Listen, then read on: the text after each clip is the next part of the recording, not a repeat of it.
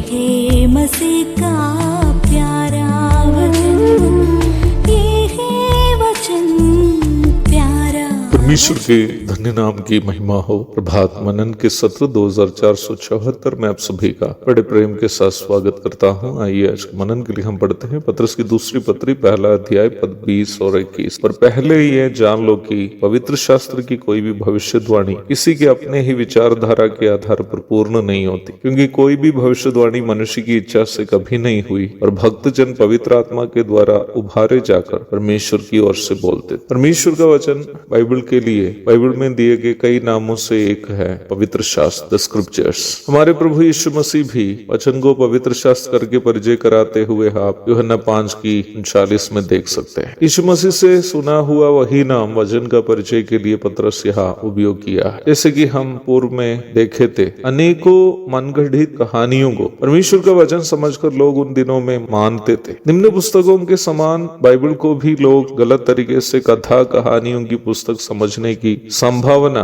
उन दिनों में भी थी और आज भी है। बाइबल से अधिक महत्व अपने परंपराओं एवं प्रथाओं को देने वाले तथाकथित परंपरागत कलीसियाएं और वैसे ही वचन से अधिक जीवन के व्यक्तिगत अनुभवों को महत्व देने वाले कुछ नवीन कलीसियाएं भी इस बुराई समाज में बढ़ने के लिए कुछ हद तक कारण है। पतरस यह जोर देकर समझा रहा है कि हर मसीह विश्वासी पहले ये बात अवश्य मालूम करना चाहिए कि पवित्र शास्त्र की कोई भी भविष्यवाणी किसी के अपने ही विचारधारा से पूर्ण नहीं होती है, क्योंकि कोई भी भविष्यवाणी मनुष्य की इच्छा से कभी नहीं हुई है, अर्थात मनुष्य के मस्तिष्क में उत्पन्न विचारों के कारण नहीं हुई, पर भक्त जन पवित्र आत्मा के द्वारा उभारे जाकर अर्थात पवित्र आत्मा के नियंत्रण में आकर परमेश्वर की ओर से बोली गई बातें हैं। ये यह पतरस के द्वारा उपयोग किया गया भविष्यवाणी शब्द का अर्थ भविष्य में होने वाली बातें नहीं है। मूल भाषा यूनानी में इस पद में पतरस के द्वारा इस्तेमाल किया गया शब्द प्रोफेटिया है, जिसका सार्वजनिक अर्थ डिस्कोर्स अथवा प्रवचन है। इस शब्द को मूल भाषा यूनानी में gift of interpreting the will of God अथवा परमेश्वर की इच्छा को परिभाषित करने का वरदान करके भी बताए हुए है। कहने का तात्पर्य यह है कि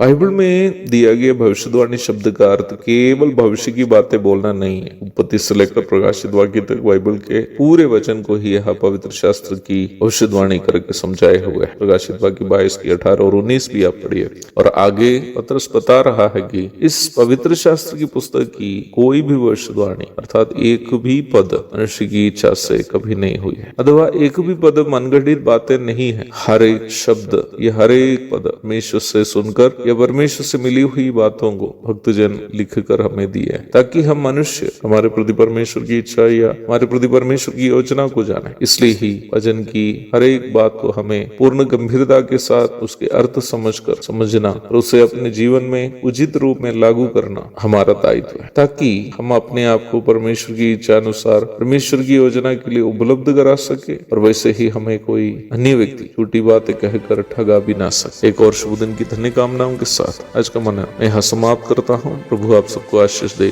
आमीन।